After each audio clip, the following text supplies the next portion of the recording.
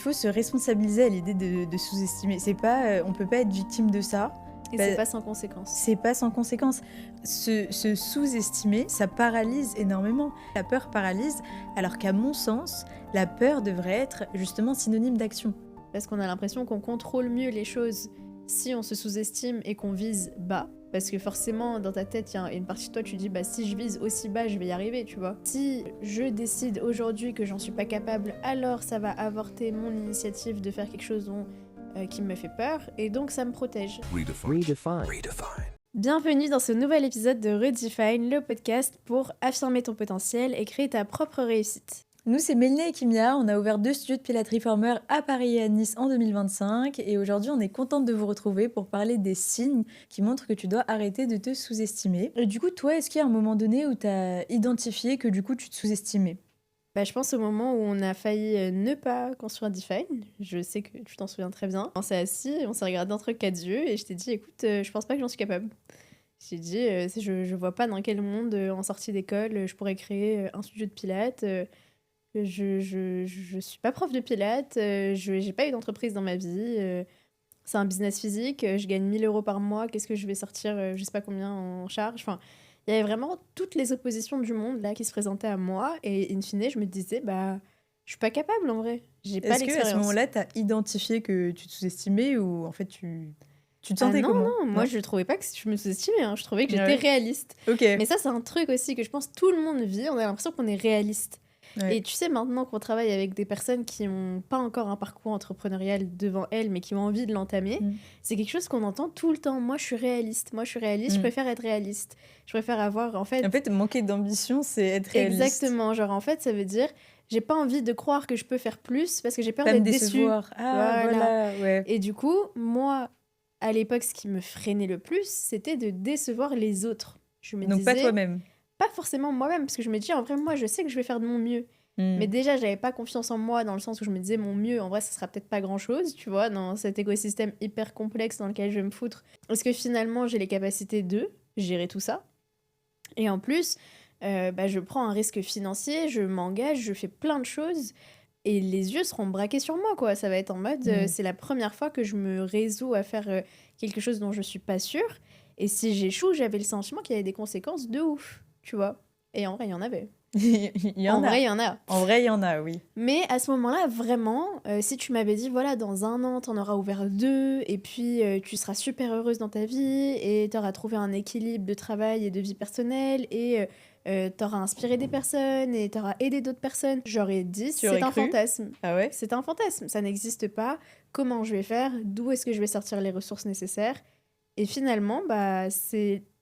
Après cette, on va dire cette épreuve, après ce moment-là, que je me suis rendu compte qu'en fait, à chaque fois que maintenant tu vas me dire « mais si tu peux », c'est presque mon devoir de te croire. C'est mon devoir de te croire et de me dire « en vrai, là, j'y crois pas, mais il y a quelqu'un qui croit en moi, et donc vas-y, on y va ». Et franchement, je suis hyper reconnaissante que tu aies cette sensation où tu me fais confiance comme ça. C'était arrivé après, parce que du coup, la grosse prise de décision, ça a été cette prise de risque. On l'a fait, on a ouvert l'entreprise.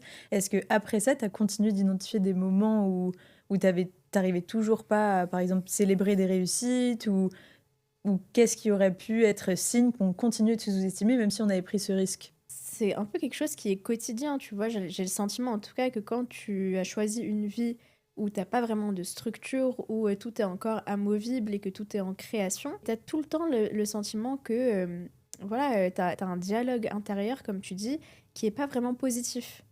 Et on est très dur avec soi, premièrement, je pense. Je pense que tout le monde, tout un chacun est très dur avec soi. Moi, je me tiens à des exigences hyper, hyper hautes et que... C'est paradoxal parce que j'ai envie d'être la meilleure et en même temps, je pense pas que je devrais me mettre dans des situations où je peux prouver que je le suis. Ouais. Tu vois, je me mets que dans... Souvent, on a tendance à se mettre dans des situations où on est à peu près sûr de réussir. Comme ça, on se mouille pas trop. Mais en fait, c'est ça, se sous-estimer. C'est aussi ne pas se mettre dans des situations où on peut évoluer et ne pas rayonner à la hauteur de ce qu'on est capable de fournir, en fait. Un des signes aussi, c'est le sentiment d'imposture. Moi, ça m'est vraiment arrivé à de nombreuses reprises, surtout dans les débuts, mais je pourrais te dire que encore aujourd'hui, si je vais rencontrer quelqu'un, parce qu'aujourd'hui, la facilité, c'est que souvent nos interlocuteurs, on les connaît déjà. Mais quand je vais rencontrer quelqu'un que je connais pas, d'ailleurs, ça nous est arrivé aujourd'hui, on avait un rendez-vous assez important avec quelqu'un qui voulait nous proposer une collab, mais qu'on ne connaît pas, et on était vraiment stressés, comme si c'était le jour 1, comme si on devait tout prouver et que on n'avait pas le droit d'être là, que c'était une erreur et que comme si on allait nous démasquer. Cette sensation où est-ce qu'un jour on va nous démasquer, qu'en fait on est trop jeune pour faire ça, qu'on devrait peut-être pas, etc. Et ça, je pense que c'est un vrai signe. En tout cas, moi, à chaque fois que je me sens dans cette position où j'ai l'impression qu'on va me démasquer ou que j'ai pas le droit d'être là et tout, je me dis non mais là je me sous-estime, c'est pas le cas. En vrai, j'ai le droit, j'ai fait ci, j'ai fait ça, j'ai le droit d'être là. Un autre symptôme, je dirais, de se sous-estimer, c'est la peur de prendre des initiatives. Forcément, quand on n'a pas énormément d'estime de nous, on aura du mal à se mettre dans des conditions qui vont nous challenger. Est-ce que toi, tu as l'impression qu'au quotidien, aujourd'hui, tu as surmonté ça? Et est-ce que tu as le sentiment que tu continues perpétuellement de te challenger? Aujourd'hui, c'est limite une soif de challenge que je ressens.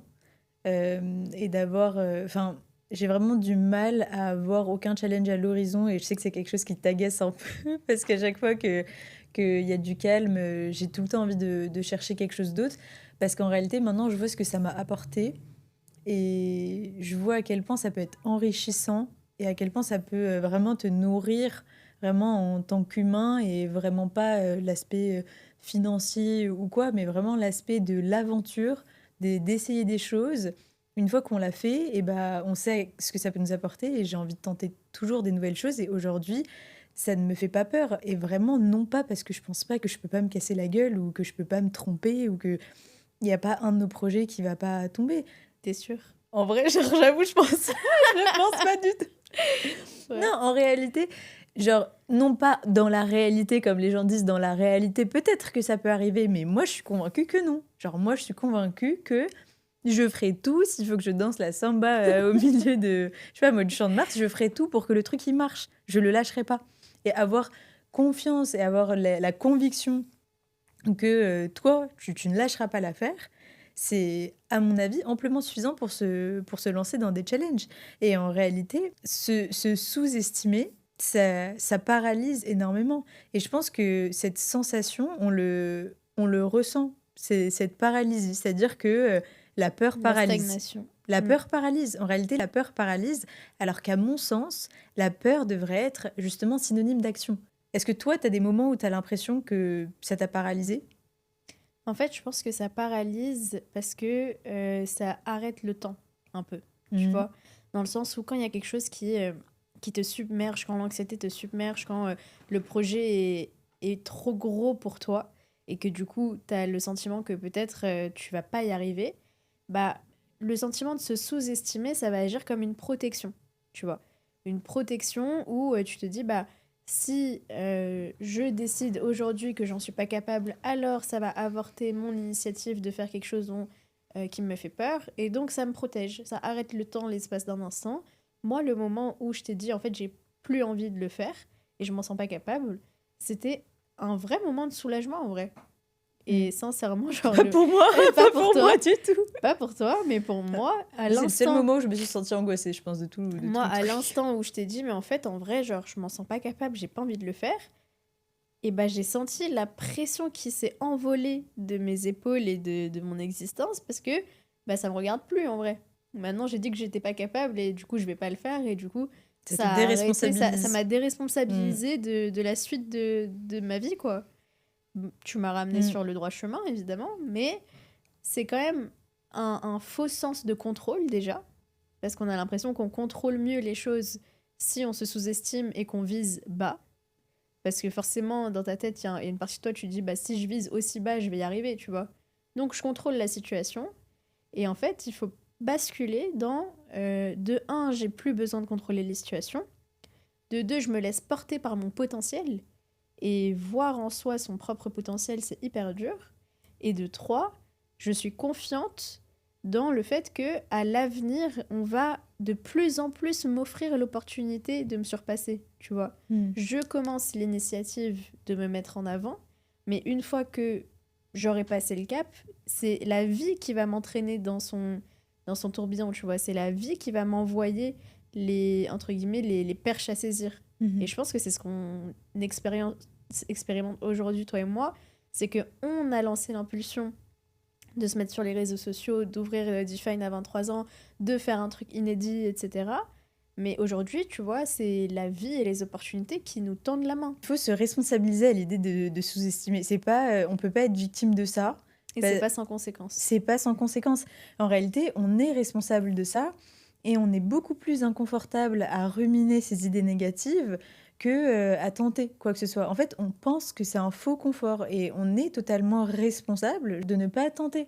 Et tu sais, si toi, t'entendais quelqu'un avoir ce discours envers quelqu'un que t'aimes, si moi, quelqu'un dans l'assemblée, là, se disait à toi, ouais, fais pas ça, t'en es pas capable, non, moi, je deviendrais ouf. Je serais, mais toi, t'es qui pour lui dire ça? C'est horrible que tu lui dises ça, mais t'es une mauvaise amie de lui dire ça. Par contre, quand c'est un discours qui est intérieur et tourné vers soi, à ce moment-là, personne n'émet d'opposition, tu vois. On est tous en mode, non, mais je me sens bien, ça me protège et je reste dans ma zone de confort. Non, mais je pense que c'est un super bon type, c'est un truc qu'on utilise souvent, mais de manière générale, pour identifier ce discours interne, parce que c'est dur, bah, posez-vous la question, est-ce que vous tiendrez ce discours envers un être cher? Ouais, parce qu'on se cache derrière l'objectivité, mais t'aurais pas cette objectivité face à une amie que t'aimes. Bah ouais. Tu vois. Mais moi, souvent, c'est quelque chose que je fais. Hein. Parfois, quand vraiment je suis en train de péter les plombs, je me dis, mais est-ce que tu dirais ça à Kimia? En vrai, bah non, je me permettrais pas. Donc en fait, si tu te permets pas avec les autres, ne te permets pas avec toi-même. Responsabilise-toi sur ces pensées négatives, parce que comme tu as dit, elles ont une conséquence. Est-ce que tu peux imaginer une perspective où tu t'aides et tu es ton ami? Se sous-estimer, c'est être son propre ennemi. Le dernier truc que moi je voulais aborder, c'est quand même la dimension relationnelle, puisque c'est quand même un énorme facteur et un signe qui nous permet d'identifier qu'on se sous-estime. C'est en relationnant avec les autres, en réalité, que ce soit ses amis, ses parents. C'est le cadre où c'est le plus facile d'identifier, puisque c'est le cadre en général qui génère le plus de souffrance. Est-ce que tu as identifié ça dans ton expérience personnelle? C'est vrai que ça a été, surtout dans mes amitiés les plus proches même, ça a été à un moment donné pour moi où je me suis rendu compte que j'arrivais pas forcément à affirmer mes opinions. Et en fait, au début, je pensais que c'était sans conséquence, même sur des situations anodines comme sur l'endroit où on pourrait aller en vacances ou le trajet pour lequel on va opter, etc. Et à un moment donné, je me suis rendu compte que j'estimais pas assez ma pensée pour l'affirmer. Et c'est à ce moment-là où ça te met un peu la puce à l'oreille, tu te dis, bah en fait, c'est la petite gêne que tu ressens. Pour moi, cette petite gêne, elle doit rapidement te réveiller et être moteur de te dire, bah, il faut que je fasse ce travail sur moi et il faut que je me force. En réalité, il faut te forcer. Je suis hyper reconnaissante à la moi d'il y a 3 ans d'être venue te dire, ah bah en fait, non, j'aime pas du tout votre plan. Moi, j'aimerais plutôt ça pour ça et ça. Alors que j'avais hyper peur, comme si on allait m'attaquer. J'avais tout le temps peur qu'on m'attaque, alors que j'étais pourtant avec des gens qui m'aiment, qui m'apprécient, qui veulent mon bien. Et au final, de voir qu'il ne s'est rien passé quand j'ai affirmé mon opinion et que certains ont apprécié mes idées, ont suivi mes plans, ça m'a aidé à petit proposer des idées de plus en plus grandioses, si je peux me permettre, jusqu'à l'ouverture d'un business. Dernier signe qui est notamment avec les amis ou les relations, ça peut être la comparaison. C'est très rare que tu te compares d'un œil positif. En tout cas, je pense que la plupart des comparaisons que tu fais, c'est ce que t'as pas encore, ce que t'as en moins que les autres, ce que tu fais moins bien, etc. Le plus intéressant, c'est de se focus vraiment sur soi et de garder un œil sur sa singularité. On peut jamais savoir ce que quelqu'un traverse. On peut jamais savoir le discours intérieur d'une personne, même les gens qu'on admire, même les gens qu'on regarde. L'important, c'est de se dire, moi, mon estime de moi, elle est basée sur le fait que je vais prendre soin de moi, je vais prendre soin de mes décisions, je vais m'encourager et je vais avancer vers des relations plus saines, vers un métier qui me plaît, vers un chemin de vie qui me correspond à moi et uniquement à moi. Ce qui est important, c'est éviter un maximum en fait les comparaisons. Soit dans un cas, ça va t'amener dans une sphère où tu te sentiras moins confiante, soit au contraire, ça peut aussi te faire croire que ça y est, t'as atteint ton full potentiel parce que t'as fait mieux que lui. Tu vois? Alors qu'en vrai, non, il faut se comparer juste à soi et à son ancienne version de nous et à la future version de nous, tu vois. Du coup, les signes auxquels on vous propose d'être attentif, c'est 1, le dialogue intérieur négatif. 2, c'est sentiments d'imposture. 3, c'est d'avoir une fausse carapace, d'avoir l'impression de garder le contrôle et de ne pas se responsabiliser. Et enfin, c'est les relations déséquilibrées. Si jamais la vidéo elle vous a plu, je vous laisse vous abonner et laisser un petit like et on vous retrouve la semaine prochaine pour une vidéo. À bientôt!